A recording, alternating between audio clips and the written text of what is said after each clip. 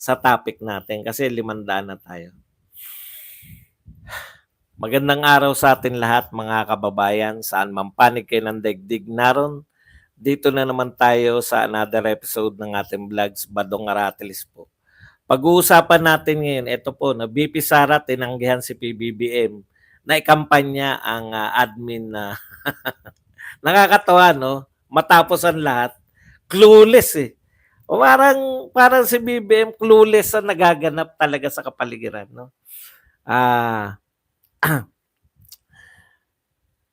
Na ikampanya yung mga admin senatoriables. Ganon din po, in fairness po, tinanggihan din ni BP Sara yung tatay niya na ikampanya. Okay, pero may basic difference yun eh. Okay, ito po, ang significance po ng mga matataas na survey ni BP Sara, kung papansinin niyo po, before po siya mag-resign, yung mga survey na ginawa before siya mag-resign, may pagbaba po, di ba? Bumababa yung kahit siya pa rin pa pinakamataas, pero may pagbaba po. Pero dahil nag-resign siya, tumaas na uli yung kanyang rating. Okay, may ano yan eh. May kahulugan po yun. Okay, pag-uusapan din po natin sa ilang maliliit na issue, yung yung rampa. Nakita niyo na yun para sa PWD. Putya, grabe, hirap na hirap yung isinampulan nila yung kung meron kang kung naka-wheelchair ka. Napakatarik po. Napakatarik. Kaya sabi ko, ibang klase talaga. Pero ang masakit pa po dun, mas matindi po yung sinagot eh. No? Mas matindi yung sinagot. Pwede ba ako sa gobyerno? Galing po ako sa gobyerno. Pwede po talaga ako sa gobyerno. Galing nga ako sa gobyerno. Natawa ako. Pwede raw ako sa gobyerno. Galing nga ako sa gobyerno. Ayaw ko na nga eh. Yan po mga pag-uusapan natin, pero bago yan, kung bago ka pa lang dito sa ating channel, mag-subscribe ka na. Dahil ito lang ang tayong channel na may kinikilingan, may pinapanigan, una sa balita, huli sa impormasyon. Kaya ano pang hinihintay nyo? Pindot na. Okay, pag-usapan po natin. No?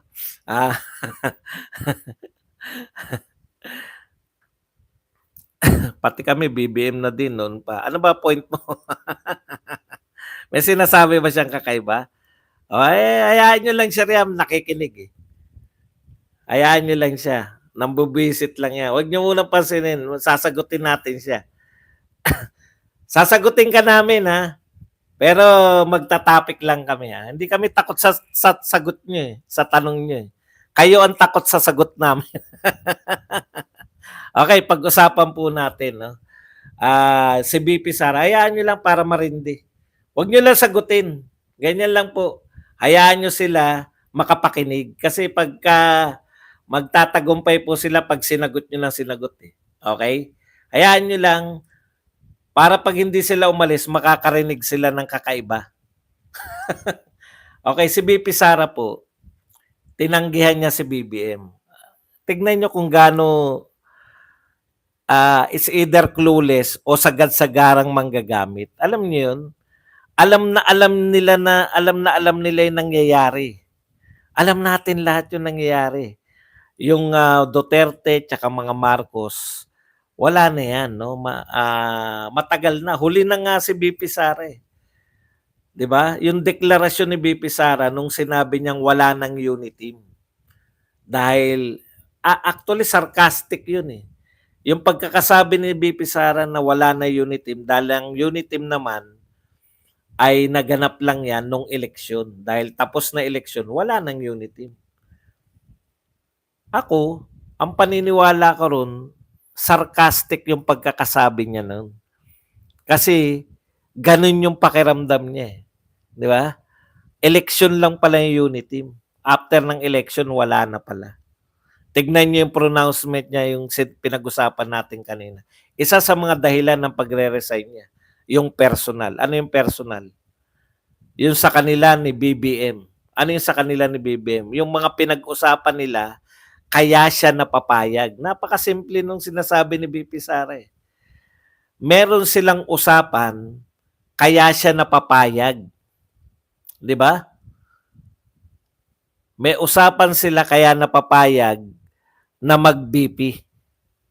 Isa 'yun sa dahilan kung bakit siya nag-resign.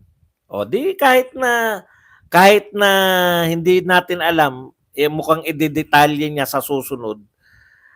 Ang sinasabi niya, hindi tinupad ni BBM yung mga ipinangako sa kanya, kaya siya napapayag. Kasi ayaw talaga ni VP Sara ng tumakbo, eh. Gusto niya mag-mayor, eh. Okay.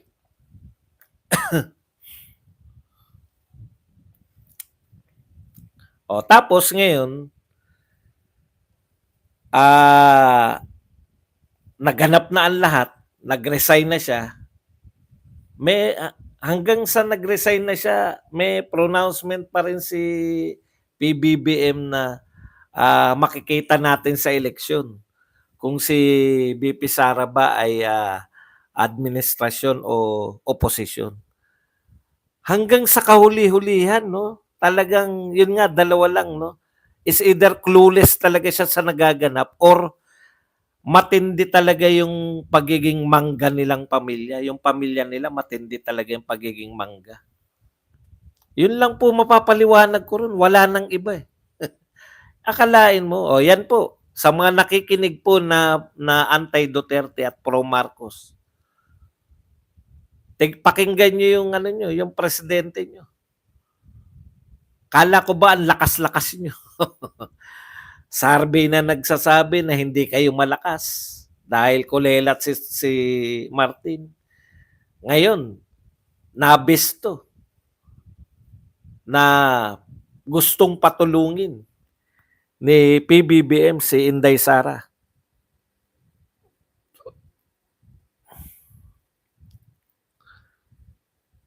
Sa akin, ano na po yun, eh, yung talagang desperadong moves.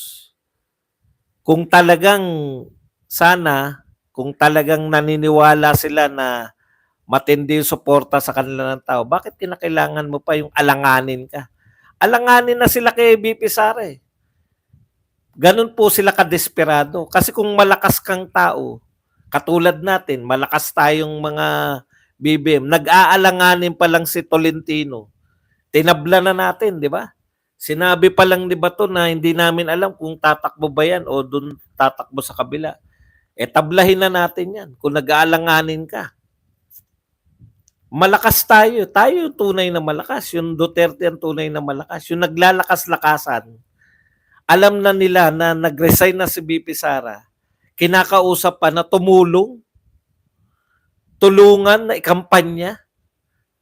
O, ganun kapopular si VP Sara, eh.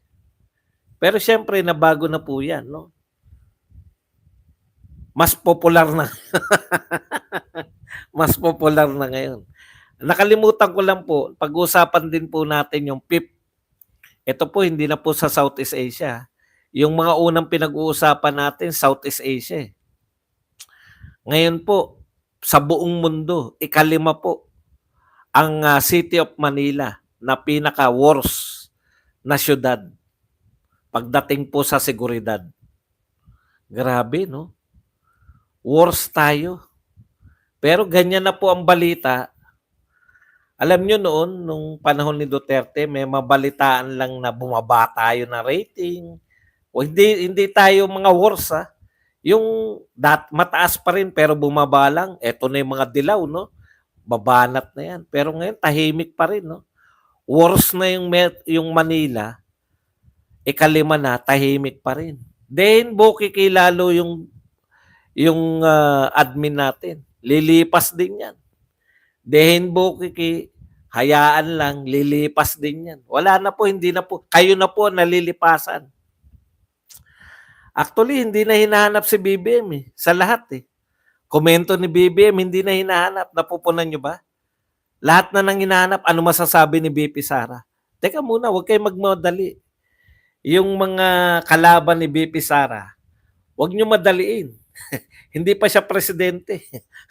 Dati, Dati, tatandaan nyo, nakikipag-unahan si Leni Robredo.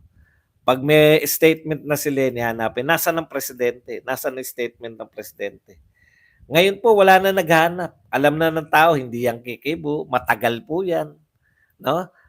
Matagal na naman yan. Pip po sa wars. O sanay na lang.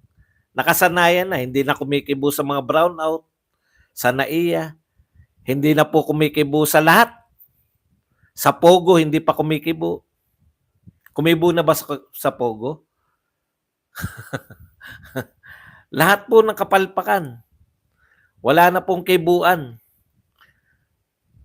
Pinalipas na. Kayo na paglilipasan. Okay.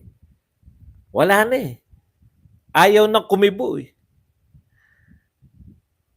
Tapos ngayon pahinga. Siguro may nakatakda ngayon mamigay ng ayuda.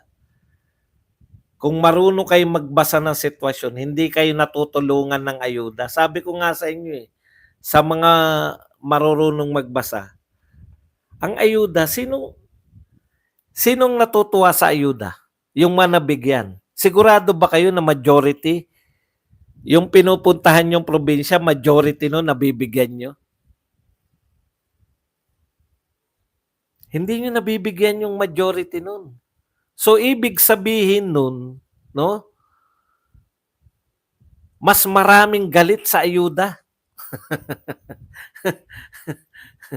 Kasi noon, nung panahon ni Duterte, talagang ang daming namimigay ng ayuda bukod sa gobyerno. Meron pa namimigay ng mga private, yung mga medyo mayayaman. Diyan nga sumikat si FLM, di ba? Bigay ng bigas. O meron pa mga community pantry. Di ba? Talagang sagana sa ayuda nun. Tapos yung mga tao ng gobyerno, dahil tuloy ang sweldo, hindi kami binibigyan ng ayuda. Okay lang sa amin yun. Kasi talagang eto nangangailangan ng ayuda, yung mga walang trabaho. Pati OFW may ayuda. Ngayon, lahat gusto nyong bigyan. Hindi nyo kayang bigyan ang lahat. 110 million yan.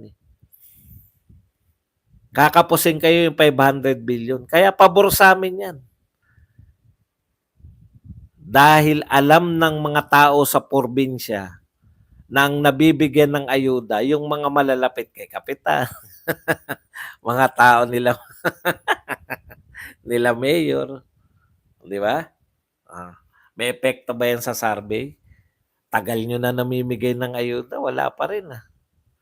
Okay, ito po, usapin po ng survey. Taas po ni BP Sara, no? Before po tong survey ng Pulse Asia, napuna natin yan. Di ba galit na galit ako? Sabi, ang banat nila, bumababa yung survey, yung rating ni BP Sara, bumababa naman talaga. Pero, bumababa rin sila. Alam nyo kung bakit pare-parehong bumababa nun? Yan na yung tapos na kasi unit team eh. Papaliwanag ko lang ha. Yung unit team kasi Marcos Duterte, wag na tayo magbulahan. Yung mga iba, wala naman yan eh. Angkas lang yung iba riyan. Marcos Duterte yan. No? Parehong malakas. Malakas na malakas. Kaya ngayon, nagkakanya-kanya na. Yung mga Marcos na lang pag sinarbe sila, Marcos na lang. Yung mga Duterte, tayo, tapos na yung unit team, Duterte na lang. So, ibig sabihin, hindi talaga bumaba yung nahati na talaga. Nabiyak na yung unity. Yan na yung epekto ng pagkawala na unity. Dati kasi, pareho silang antaas pa kasi unit team pa yun eh. Yung boto nila, yun pa rin yun eh. Yung mga unang buwan, yung mga unang taon. Pero etong biyak na unit team, yan na talaga yung boto. Kaya kung si BP Sara nangunguna pa rin, pinapakita nila, bumababa si BP Sara eh. Pwede nga yun kasi nga nagkakanya na eh. Wala na ngayon na yung mga Marcos na lang sila, hindi na sila Duterte. Yung mga Duterte, lalo na. Ngayon, dahil ang dami ring nabudol sa mga Marcos, Duterte na rin sila ngayon. Ang point ko lang, before tong mag-resign si VP Sara, may pagbaba talaga. Pero ngayon, ang taas na. Ibig sabihin, mas marami yung ayaw talaga sa Marcos eh. At nakita nila na nung nag-resign si VP Sara sa DepEd, natuwa po yung mga tao kasi kasabay yan eh. O ngayon, hindi pa ina-announce ni VP Sara dyan na tatakbo yung tatlong Duterte. Kaya magdiwang na kayo. Tulpo-tulpo, sige. Pag lumabas yung survey na in-announce na ni VP Sara yung Dutertes, makikita nyo pasok yung tatlong Duterte. Dati pa yan eh. Ang alam natin, si Digong lang, kinukumbinsi pa yan. Ha? Kinukumbinsi pa yan. O, doon na nga eh. Doon, kita nyo ha, pumapasok sila dito, sabi, Marcos kami. Eh ano? Bakit kayo narito? Okay lang kayo dyan, di ba? Matutuwa ako niyan kasi una, naaasar na kayo ngayon. Pero malay nyo kung nag-aalanganin na kayo, makonvert pa. Eh, wala tayong magagawa. Gusto nila magpa-convert. Eh. Okay. Ano yung pagkakaiba ng pagtanggi ni BP Sara? So malaki po yun. No? Malaki po yung diferensya yun. Yung BP Sara, survey result before siya mag-resign, tsaka ngayon. Yung approval tsaka trust rating ni BP Sara tumaas ngayon kasi wala na siya sa gobyerno. Eh. Nakuha nyo? Kaya tataas talaga yung trust rating ng tao. Mabuti naman at umalis ka na riyan. Mabuti naman at dinistansya mo na yung sarili mo dyan. Lalo na pag nagsalita na si BP Sara. Kung ano yung dahilan. Ano yung pinangako o ano yung napag-usapan nila. Kasi sa talino po ng mga Duterte, imposible pong hindi shared leadership yan. Ibig sabihin may mga kasi tignan niyo yung mga pronouncement ni BP Sara. Sabi nga ni BP Sara noon, pag-usapan namin yan yung mga naglalagay pala ng cabinet official noon. Parang akala niya kasama siya sa maglalagay ng cabinet official. Yung pala hindi, tablado agad. Dami. Kaya marami tayong matutuklasan ngayong hindi na siya miyembro. Ikalawa, matindi yung mga sinabi ni BP Sara, makakapag-concentrate na ako sa aking pagiging vice president.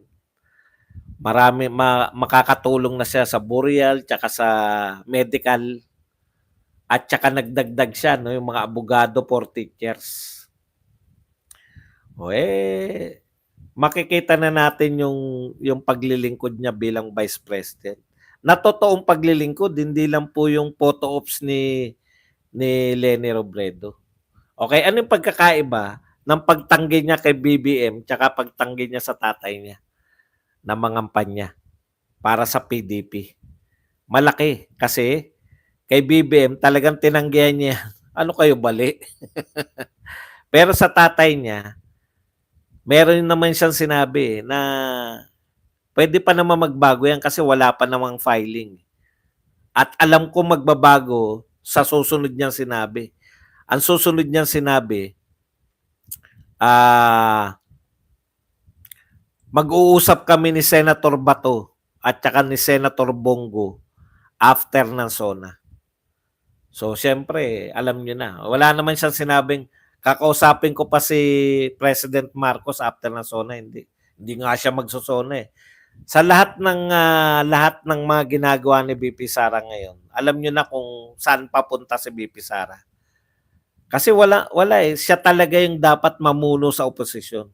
O i-claim nyo na ang oposisyon, ang tunay na oposisyon, sila Dilima. Wala kaming pake.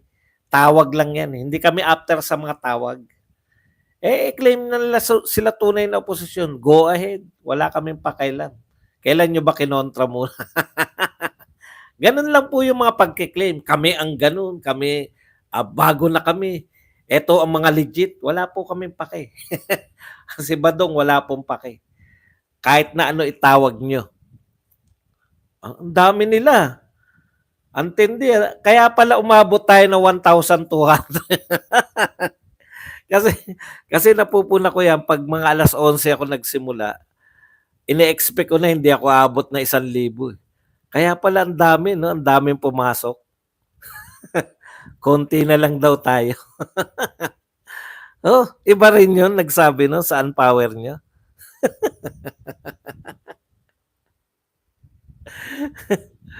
Kaya 'yan, tawag lang 'yan, eh. Makikipagtalo ba tayo kay Raysa Ontiveros? May pumapansin ba kay Risa Ontiveros 'pag sinabi nila na sila yung tunay na oposisyon? O di, kayo pala tunay na oposisyon, di okey lang. Kailan niyo nga pala uling inoppose? Anak ng tinapay, wag niyo ano kayo ng ano, eh, hayaan niyo lang po sila. Ano ba sinabi, nagmura na ba? Teka tignan natin baka naman nagagalit tayo kay Kap Elsar, eh. Baka naman nagmumura lang. Saan power niyo? Eh, hayaan mo lang 'yan ano, Elsar. Wag mo lang intindihin. Basta hindi nagmumura, okey lang 'yan. 'Pag mga nagmumura lang at saka yung mga nambabastos, okey naman, saan daw ang power? Mamaya masasagot natin 'yan. Baka people power ang hinahanap niya. Okey. Kaya gano'n lang din po yung approach ko, kaya kita niyo hindi naman nakakagalit. Nanggagalit lang po yung mga grupo na gano'n na hindi na DDS, LDS na o kung ano. Eh, o di go ahead, call yourself whatever. Basta kami, susuporta kami sa mga Duterte. Hindi kami puwedeng ang pagsuporta po sa mga Duterte, hindi po 'yan na monopoly ng kung sino. Kung hindi kayo kasama sa grupo, hindi hindi kami kasama sa grupo, kahit wala kaming tatak, ano naman susuporta lang tayo sa mga Duterte, wala naman pong problema dun. Gano'n lang din po 'yun sa, sila daw yung tunay na oposisyon, sila Ontiveros. O di kayo ang tunay na oposisyon. O kami ang tunay na Duterte supporter, o di kayo ang tunay na Duterte supporter. Wala pong problema dun. Wala pong problema dun, 'di ba? Kasi sabi ko nga, kanya-kanyang viewer 'yan, eh. Yung viewer naman kilala kung ano yung dala-dala mo, eh. Okey, eh, ako nagdedeklara ako sa 2028 Sara Duterte. 'Yun ang matitiyak ko. Lahat lang ng Duterte lineup lang ang ikakasa natin. Okey, nakita niyo ba yung rampa? Ano na, eh, masyadong mababaw na, dapat inuna ko 'yun. Ang sinasabi ko lang, hindi siya bagay. Yung katwiran diyan ng ano, ng, MMDA, parang 5 yata yung ginawa nila, wala naman daw problema sa iba, bakit dito nagko-concentrate sa medyo hindi hindi maganda. Eh, maliit yung space. Eh, kahit ba 'di dapat hindi niyo na lang ginawa kung sa tingin niyo na ikapapahamak pa ng mga ano 'no, gano'n lang naman 'yun. Or Billy Dapitalia, thank you very much sa $19.99 na pangkape, 'yan. At Lourdes Bernasor, thank you very much sa $3 Canadian na pangkape. Teka muna, hindi pa yata 'to moderator, si Lourdes Bernasor, ayan. Dami 'no, daming pumasok ngayon 'no. Nakakatuwa, kaya pala tayo umabot ng mahigit 1,000, sila pala nagparami.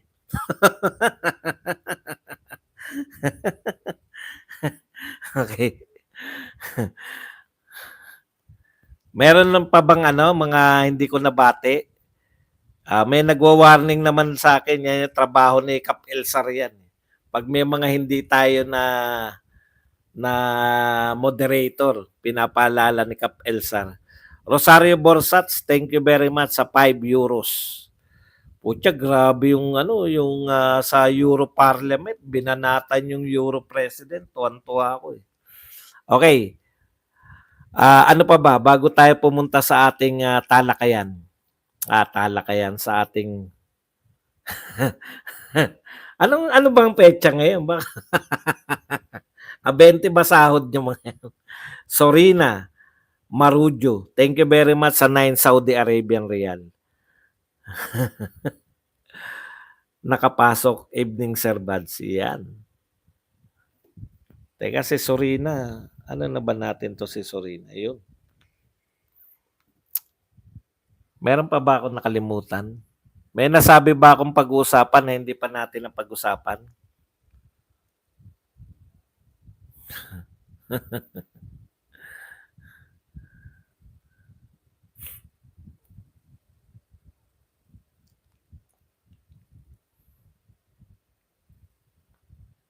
Hindi rin po tatakbo si VP Sara, sinabi niya, hindi rin po siya tatakbo sa 2025. May mga nagpapakalat po kasi na magre-resign as Vice President para tumakbong senador at para tumakbo o kaya tumakbong mayor ng Davao. Hindi po sobra no. Sobra naman Vice President na yan, pabababain niyo pa ng posisyon. Huwag naman ganun. Minsan lang tayo mahirap pong manalong Vice President. Marami pong naghahangad ng posisyon ni VP Sara.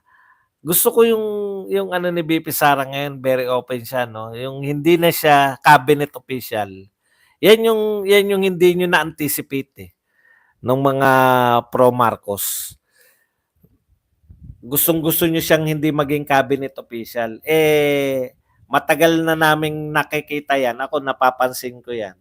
Nag-aawat siya ng bira. Kasi nga cabinet official siya, 'di ba?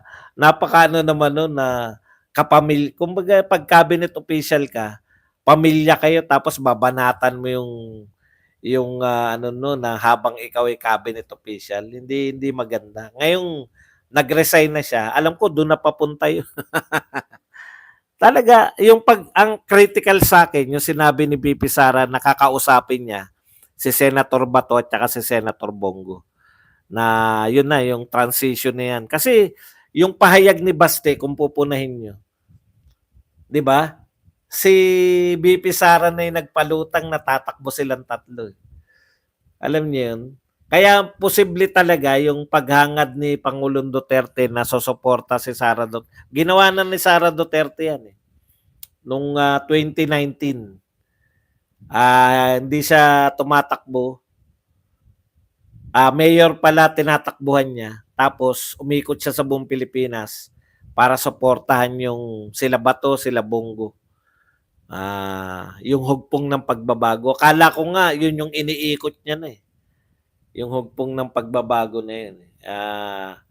Ayun po, isa po yung sa dininay niya. Kasi ino-open nila Martin tsaka ni PBBM na yung hugpong ng pagbabago tatanggapin nila sa sa Unity team.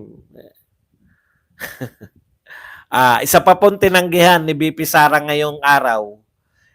Tinanggihan niya rin po na kung sakali na siya ay i-appoint sa ibang position, tatanggapin niya. Malamang kung iaalok sa kanya yung DND na gusto naman talaga niya. Hindi po. Hindi po niya hindi niya tatanggapin. Yan lang po ang ating topic. Pwede na po tayong simulang magbasa ng inyong mga katanungan. Pwede na po kayong magtanong, pwede po kayong magbigay ng reaction.